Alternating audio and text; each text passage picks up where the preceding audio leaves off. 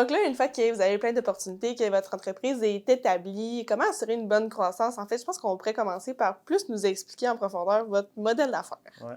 Bien, c'est une bonne question parce que le modèle a changé beaucoup là, au travers des années, puis je pense que c'est comme ça pour beaucoup d'entreprises. Tu sais, dans le fond, on parlait au début qu'on avait vendu des licences d'utilisation de la plateforme, puis honnêtement, à ce moment-là, on pensait que c'était le modèle de prédilection pour toujours. Jusqu'à temps qu'on essaie de le vendre puis qu'on se rende compte que C'est ça. ça passait pas du tout. Que ça marchait pas. Dans le fond, on a un peu été chanceux, je pense, dans les 3 campus qu'on a signés au départ, qu'il y avait vraiment un intérêt, puis il y avait vraiment un besoin de leur côté, puis ils sont super contents, on est super contents de la collaboration. Mais en allant cogner à d'autres portes dans d'autres campus, on s'est rendu compte qu'il n'y avait pas nécessairement la même réalité, les mêmes budgets, les mêmes besoins au niveau des services. Fait que là, à ce moment-là, on s'est dit, OK, bien, là, il faut qu'il y ait de l'argent qui rentre d'ailleurs. Fait que la solution, puis c'est un peu par la bande que c'est arrivé, euh, on avait commencé à vendre des livres neufs un petit peu, mais pas beaucoup. Puis là, on s'est rendu compte, hey, on fait de l'argent avec la vente de livres neufs, fait qu'on va commencer à en vendre plus. Puis on était sur Saint-Joseph à Québec, au 3e étage, dans un espace de coworking. Puis on s'est monté une étagère qu'on a achetée au Costco. Puis on avait une coupe de livres usagés, livres neufs là-dedans, qu'on commençait à vendre tranquillement. Puis tu sais, on shippait 7-8 colis par jour. Les premières sessions non officielles de livres neufs, on en vendait quelques-uns, puis on n'en prenait même pas compte. La première qu'on a mis un focus là-dessus, je pense qu'on avait vendu pour genre 8 000 de livres la première session. Puis après ça, là, on a vu qu'il y avait un potentiel, puis on s'est dit, ben on va en stocker plus. Puis ça, c'était à l'automne 2020, juste avant que notre modèle rechange à nouveau. Puis que là, l'UQAR, Campus de Lévis, nous disent, ben on va décentraliser la vente de tous nos livres à tous nos étudiants à vous. Fait qu'on est passé de 100, 200 commandes à 2-3 000 en l'espace de 6 mois. Fait que ça a changé beaucoup, beaucoup la logistique. Puis le fait qu'on rentre l'UQAR comme partenaire, ça nous a permis d'ouvrir les comptes avec toutes les maisons d'édition. Fait que ça a permis que les livres qui sont disponibles puis qu'on a en stock, oui, ils sont disponibles à l'UQAR, mais ils sont disponibles aussi dans tous les autres campus. Fait que là, ça a comme ouvert la porte aux livres neufs qu'il n'y a pas juste des étudiants de Québec, il y a des étudiants de Montréal, de Trois-Rivières, de Sherbrooke, peu importe, qui peuvent acheter des livres neufs dans différentes facultés.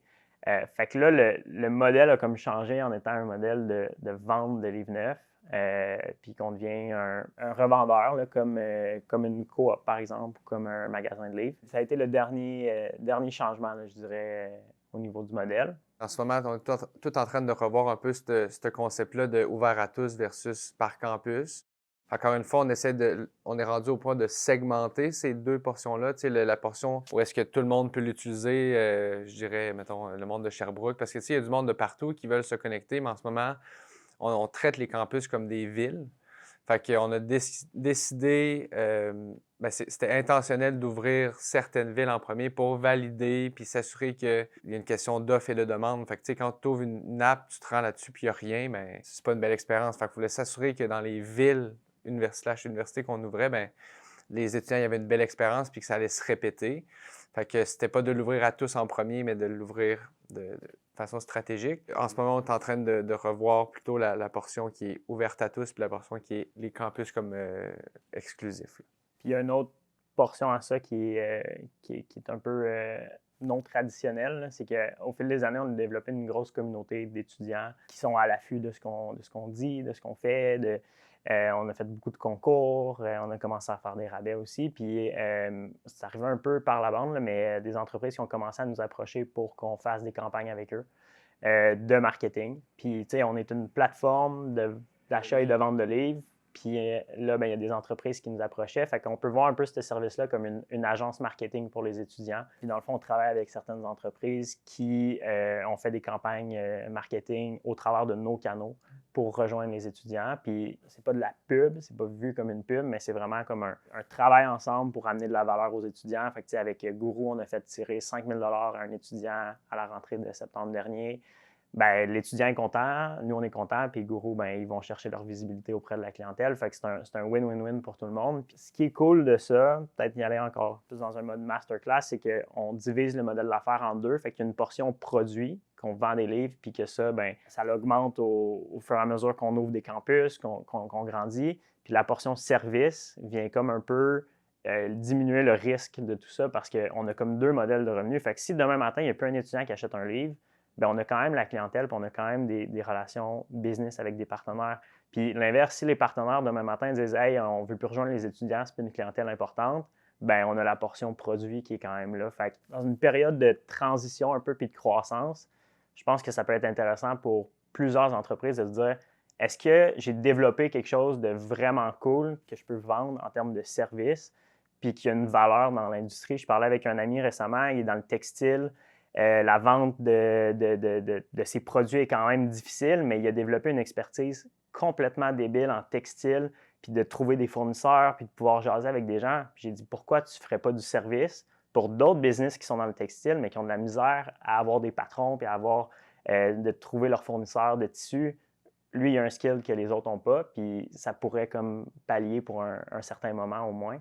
Ça partit en fait, cette portion-là, plus service avec les rabais, dans une optique d'ajouter de la valeur dans le processus d'achat de livres, dans le fond, puis renforcer la communauté de cette façon-là en leur donnant quelque chose de plus que de juste acheter des livres. T'sais. Fait que ça vient comme un peu avec un membership que tu n'as pas à adhérer. Là. C'est juste que tu utilises Lexia, puis il y a plein d'autres trucs qui s'en viennent, qui font partie de l'écosystème, là, je pourrais dire. Là. Fait que là, les rabais, les concours. La raison pourquoi on a appelé ça Lexia, puis qu'on n'a pas appelé ça ventedelivres.com ou quelque chose comme ça, c'était justement pour qu'on en fasse un brand en soi, puis qu'on soit capable de pivoter peu importe ce qui arrive. Puis tu sais, si là, en ce moment, c'est de la vente de livres, puis ça donne qu'on fait ça, mais si c'est pas ça que le marché a besoin, puis encore là, demain matin, les étudiants n'ont plus besoin d'acheter aucun livre, ben on n'amène pas de valeur, on ne sert à rien, mais on fera d'autres choses. Mais le brand Lexia nous permet de le changer, de le modifier, puis de le faire évoluer. Puis, tu sais, c'est cool d'avoir justement Lexia comme brand, que maintenant on peut faire des rabais, on peut faire des concours, on peut avoir un blog, on peut partir un autre projet de plateforme d'événements étudiants. Puis, tu sais, c'est tous d'autres trucs qui tournent autour de la vie étudiante. D'ailleurs, pour le nom Lexia, c'est quand même une drôle d'histoire. Dans le domaine scolaire, il y a beaucoup de plateformes c'est des noms de filles, puis qui sont assez courts, puis qui finissent par un A. Fait que, tu sais, Anna, Clara, Léa. Donc, on trouvait ça quand même cool de rester un peu dans ce mood-là de petits noms courts de filles qui finissent par un A. Georges de Spectrum nous avait donné un deadline, nous a dit « Dans 2 semaines, il faut que vous ayez trouvé un nom, puis ça va être ça, puis vous ne changerez pas après. » Fait que le matin même qu'on rencontrait Georges, on n'avait pas encore de nom, on avait brainstormé sur plein d'affaires. Marc a sorti le top 50 ou top 100 des noms de filles les plus populaires aux États-Unis. Puis là-dedans, il y avait Lexi, qu'on trouvait quand même cool avec le X dans le milieu. Puis, en tout cas, je ne sais pas pourquoi. Puis Lexi faisait Lexia, Lexia. Puis on a regardé pour acheter le nom de domaine, puis ça coûtait, je pense, 10 000 ou 15 000 mais il y avait le Lexia avec un Y. Puis on aimait quand même aussi le style que ça donnait. C'est pas une histoire trop sérieuse.